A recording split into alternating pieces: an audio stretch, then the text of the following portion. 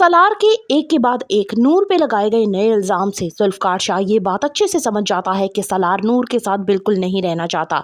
जुल्फकार शाह ये बात का पहले ही इरादा कर चुका है कि वो हर हाल में नूर से शादी करेगा। सलार कहता है कि ये हमारे घर का मामला है, आखिर तुम कौन होते हो और नूर तुम्हारे साथ ही अटैच है।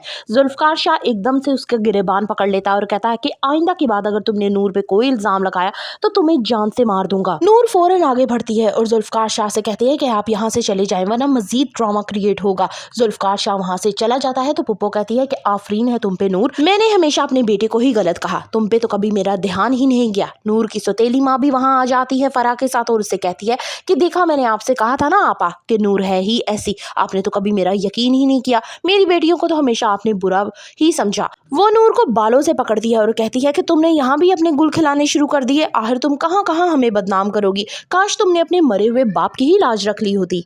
सलार की नफरत से नूर के सारे अरमान चकनाचूर हो जाते हैं। जुल्फकार शाह भी अपने मुकम्मल इन्वेस्टिगेशन करवा रहा है कि आखिर यह हादसा किस तरह से आया, लेकिन वो अपने बाप का उस वक्त दुश्मन बन जाएगा जब उसे ये पता चलेगा कि गाड़ी की ब्रेक्स फेल कर दी गई थी और करवाने वाला कोई और नहीं बल्कि उसका अपना सगा बाप है। सलार एक अयाश तबीयत इंसान दिखाया गया है, वो किसी सूरत भी साजदा की बेटियों को पसंद नहीं करेगा, जबकि उसकी माँ की अपनी पसंदीदगी नूर में दिखाई देती है, लेकिन सलार अपनी पसंदीदगी अरिश्मा में दिखाता है। अब ये वाकई ही मोहब्बत है या दिल लगी या आइंदा आने वाले साथ में देखा जाएगा। मेविश जानबूझकर सलार के करीब नजदीकियां बढ़ाने की कोशिश करती है ताकि उसकी शादी भी एक अमीर घराने में हो जाए उसकी बहन की तरह, लेकिन सलार उसे साफ तौर पे कह देता है कि वो मिडिल क्लास लोगों को ही पसंद नहीं करता, लिहाजा वो ये बात बिल्कुल भी अपने दिल में ना लेके आए कि वो उसे पसंद करेगा या उसे कभी शादी भी करेगा। शादी में साजदा का नारावार नूर के साथ सलूक देखकर पुप्पो अंदर ही अंदर बहुत ज्यादा कुड़ती हैं और अपने भाई से कहती हैं कि ये देख लो तुम्हारी बीवी का कैसा सलूक है तुम्हारी बेटी के साथ,